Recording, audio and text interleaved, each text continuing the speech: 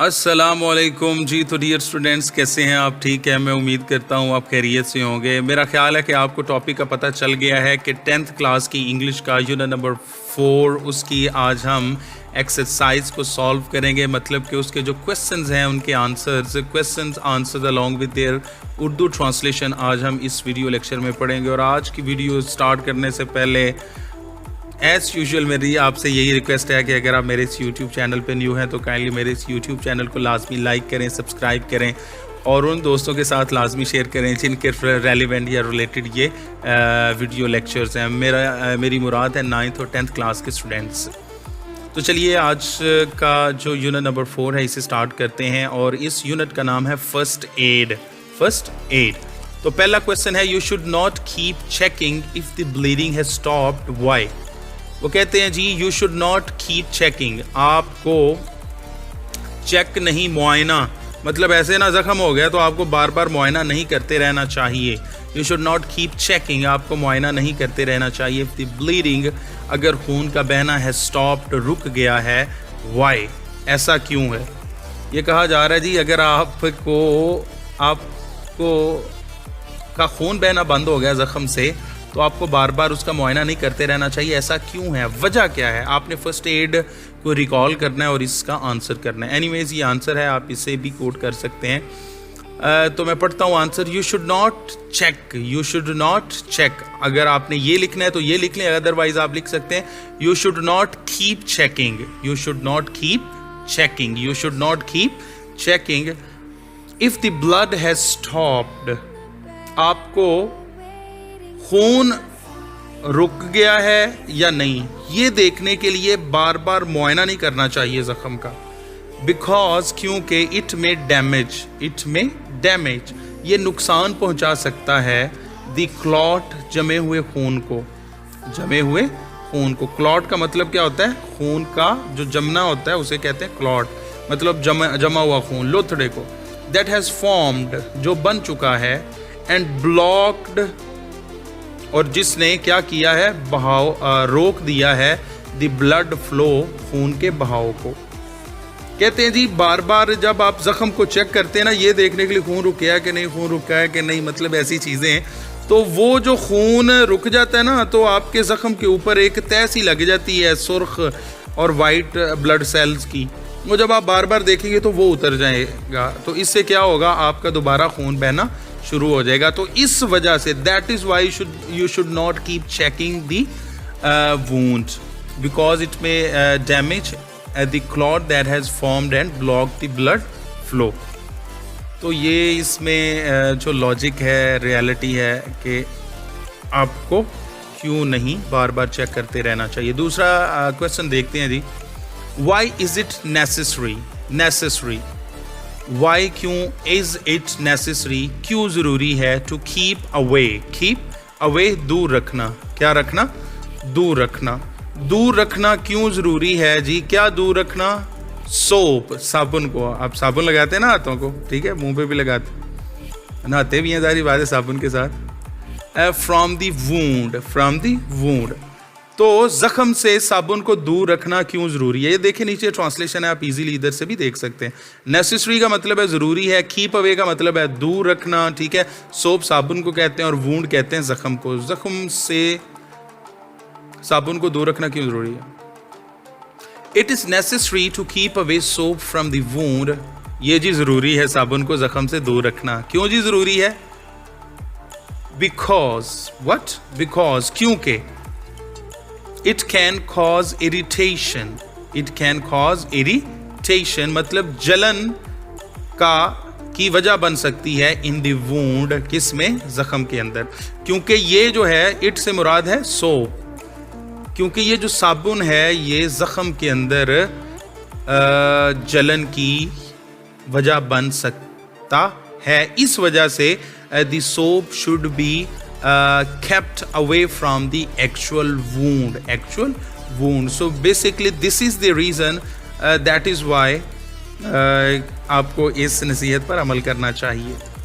Next question देखते हैं, how is an antibiotic cream और ointment good in healing the wound? क्या है जी? हाउ इज, कैसे है एन एंटीबायोटिक क्रीम, एक एंटीबायोटिक क्रीम और ऑइंटमेंट, या इसका भी मतलब होता है क्रीम, ठीक है। गुड सही है इन हीलिंग, हील का मतलब होता है जख्म भरना, जख्म का छूटना, मतलब जिल्द का अपनी नेचुरल हालत में आना, इसे कहते हैं हील करना, ठीक है जी। दी वूंड जख्म को ठीक करने में एंटीबायोटिक क्रीम या मरहम कैसे अच्छी है, तो क्या वजह है जी, ये क्या करते हैं मरहम या ऑइंटमेंट, ये जो हम क्रीम लगाते हैं जख्म के ऊपर, ये क्या करते हैं, इनका फंक्शन क्या होता है, ये पूछा जा रहा है। The use of antibiotic cream is good, इस्तेमाल जो है एंटीबायोटिक क्रीम का वो क्या है, सही है। एज जैसा कि इट इम्प्रूव्स, ये क्या करता है, तेज करता है, बढ़ाता है the bodies natural healing process, जिस्म का जो कुदरती होता है, फिदरती होता है सेहतयाबी का अमल, से जिल्द का या जिस्म की सेहतयाबी का जो कुदरती अमल होता है उसको क्या करती है, जो ऑइंटमेंट होती है या एंटीबायोटिक क्रीम होती है, ये उस प्रोसेस को तेज़ कर देती है। फॉर एग्जांपल हम मिसाल देते हैं, मिसाल से समझते हैं कि अगर आपकी जिल्द का जो ज़ख़म है ये ठीक होना है किससे, तरी से, मतलब मॉइस्चरिंग से, ठीक है। तो आप क्या करते हैं, आप कोई ट्यूब लगा देते हैं, कोई क्रीम लगा देते हैं, तो क्रीम में क्या होता है, मॉइस्चर ही होता है ना, वो गीला रखता है आपकी सतह को, तो गीला रहने से ज़ख़म जल्दी ठीक हो जाता है। तो यही मतलब इसमें कोई मंतक है। बाकी कोई और भी साइंटिफिकली चीज़ें होंगी तो मैं कोई डॉक्टर थोड़ी हूँ कि मैं आपको बताऊँ। एनीवेज मैं जस्ट आपको यहाँ तक ही गाइड कर सकता हूँ। एनीवेज अगर आपने मज़ीद अंडरस्टैंड करनी है चीज़ें गहराई में, तो फिर इंशाअल्लाह अल अज़ीज़ जब आप FSC लेवल पे जाएंगे तो फिर आप ज़्यादा बेहतर तरीके से, या डी फार्मेसी में चले जाएं, ठीक है, बी फार्मेसी में चले जाएं, ठीक है, जो भी फार्मेसीज़ वगैरह जिसमें मतलब ये केमिकल्स का सारा जो मेडिसिन में इस्तेमाल होती है, सारी स्टडीज़ हैं। एनीवेज नेक्स्ट क्वेश्चन देखते हैं। What should you do if you are allergic to adhesive material used in most bandages. What should you do? आपको क्या करना चाहिए? If you are allergic, अगर आपको एलर्जी है, ठीक है, अगर आपको नागवार गुजरता है टू एडहेसिव मटेरियल, चिपकने वाली पट्टियों से या मवाद से, यूज्ड इन मोस्ट बैंडेजेस, जो ज़्यादातर पट्टियों में इस्तेमाल होने वाला चिपकने वाला मवाद है, अगर उससे आपको कराहत होती है, अगर आपको उससे क्या होती है, नागवारी महसूस होती है, आपकी तबीयत में चिड़चिड़ापन आता है, तो आप फिर क्या इस्तेमाल कर रहे हैं, तो आपको क्या करना चाहिए? तो सिंपल सी बात है जनाब, एडहेसिव फ्री बैंडेजेस या मटेरियल इस्तेमाल करें। तो if you are allergic to adhesive material used in bandages, अगर आपको पट्टियों में इस्तेमाल होने वाले चिपकने वाले मवाद से एलर्जी है, यू शुड यूज़, तो आपको इस्तेमाल करना चाहिए adhesive free dressings, adhesive free dressings. तो ना चिपकने वाली जो पट्टियां हैं आपको उन्हें इस्तेमाल करना चाहिए, ठीक है जी। तो ये सिंपल था इसका आंसर है, इसमें कौन सी रॉकेट साइंस है यार, थोड़ी बच्चों मेहनत किया करो, ठीक है। अच्छा जी नेक्स्ट देखते हैं। When do you need to see a doctor, when कब डू यू नीड, आपको ज़रूरत पड़ती है टू सी, मिलने की, अ डॉक्टर, एक डॉक्टर। अच्छा यहाँ पर टू सी का मतलब देखना नहीं है कि मैं डॉक्टर को जनाब देख रहा हूँ क्योंकि डॉक्टर बड़ी खूबसूरत है या डॉक्टर बड़ा प्यारा है, मतलब ऐसी चीज़ नहीं है यहाँ पर। इसका मतलब है कि जब आपको डॉक्टर की ज़रूरत होती है, मतलब आप बीमार हो गए हैं, ठीक है, तो आपको ज़ख़म हो गया है, तो ज़ख़म की जो हालत है वो कैसी हो जाए तो आपको डॉक्टर के पास जाना चाहिए। मतलब आपको छोटे छोटे ज़ख्मों के लिए डॉक्टरों के पास नहीं जाना चाहिए, किस तरह की कॉम्प्लिकेशंस बने तो फिर आपको डॉक्टर के पास जाना चाहिए। तो मिलने के लिए नहीं, ज़ियारत करने के लिए नहीं, बल्कि क्या करने के लिए, अपने ज़ख़म की हीलिंग के प्रोसेस को फास्ट करने के लिए, ठीक है जी। तो आप ये डॉक्टर या नर्स के बारे में नहीं सोचना आपने। चलें जी देखते हैं इसका answer. You should see the doctor, आपको क्या करना चाहिए, आपको डॉक्टर के पास जाना चाहिए।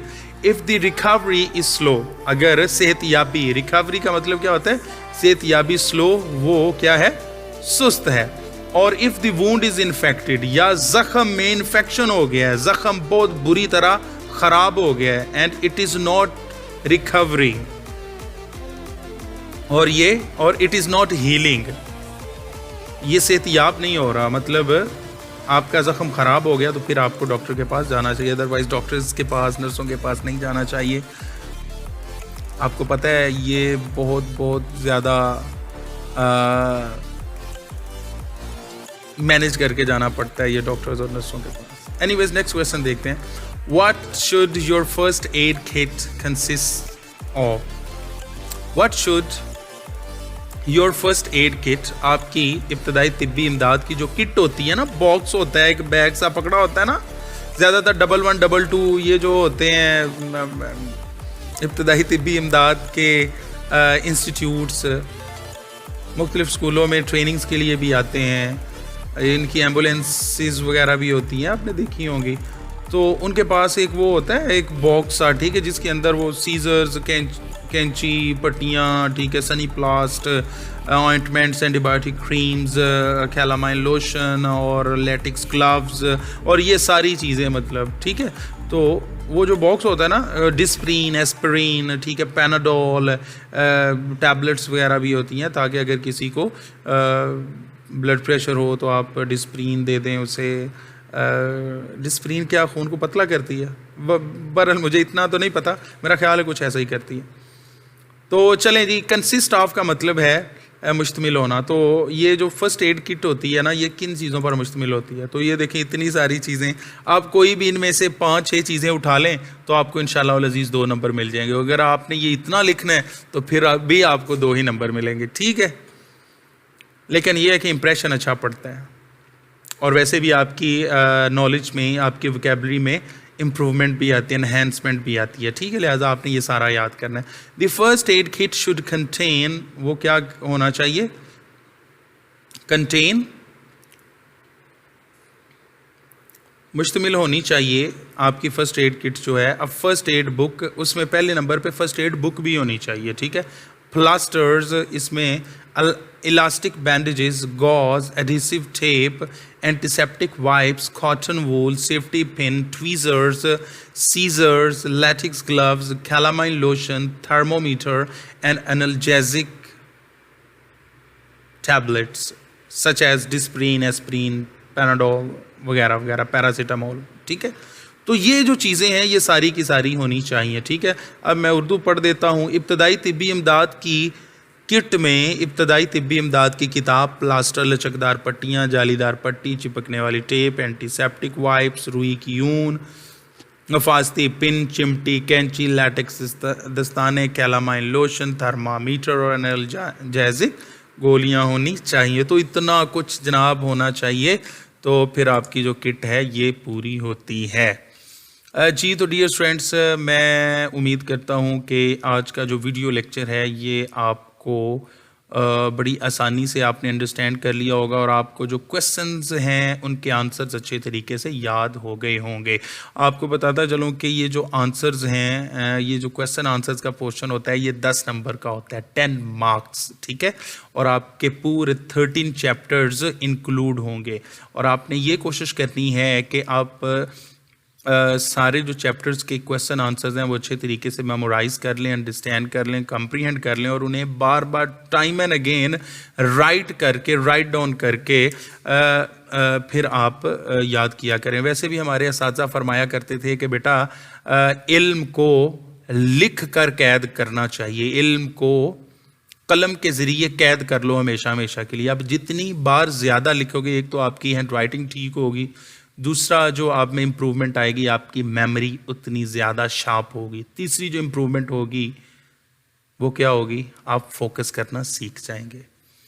जी तो डियर स्टूडेंट्स, मैं उम्मीद करता हूँ कि आपको आज का वीडियो लेक्चर अच्छा लगा होगा। अगर आपको मेरे इस यूट्यूब चैनल की वीडियोस पसंद आए तो काइंडली मेरे इस यूट्यूब चैनल को लाजमी लाइक करें, सब्सक्राइब करें, दूसरे दोस्त स्टूडेंट्स के साथ लाजमी शेयर करें। Thanks for watching this video. अल्लाह हाफिज़, बाय बाय।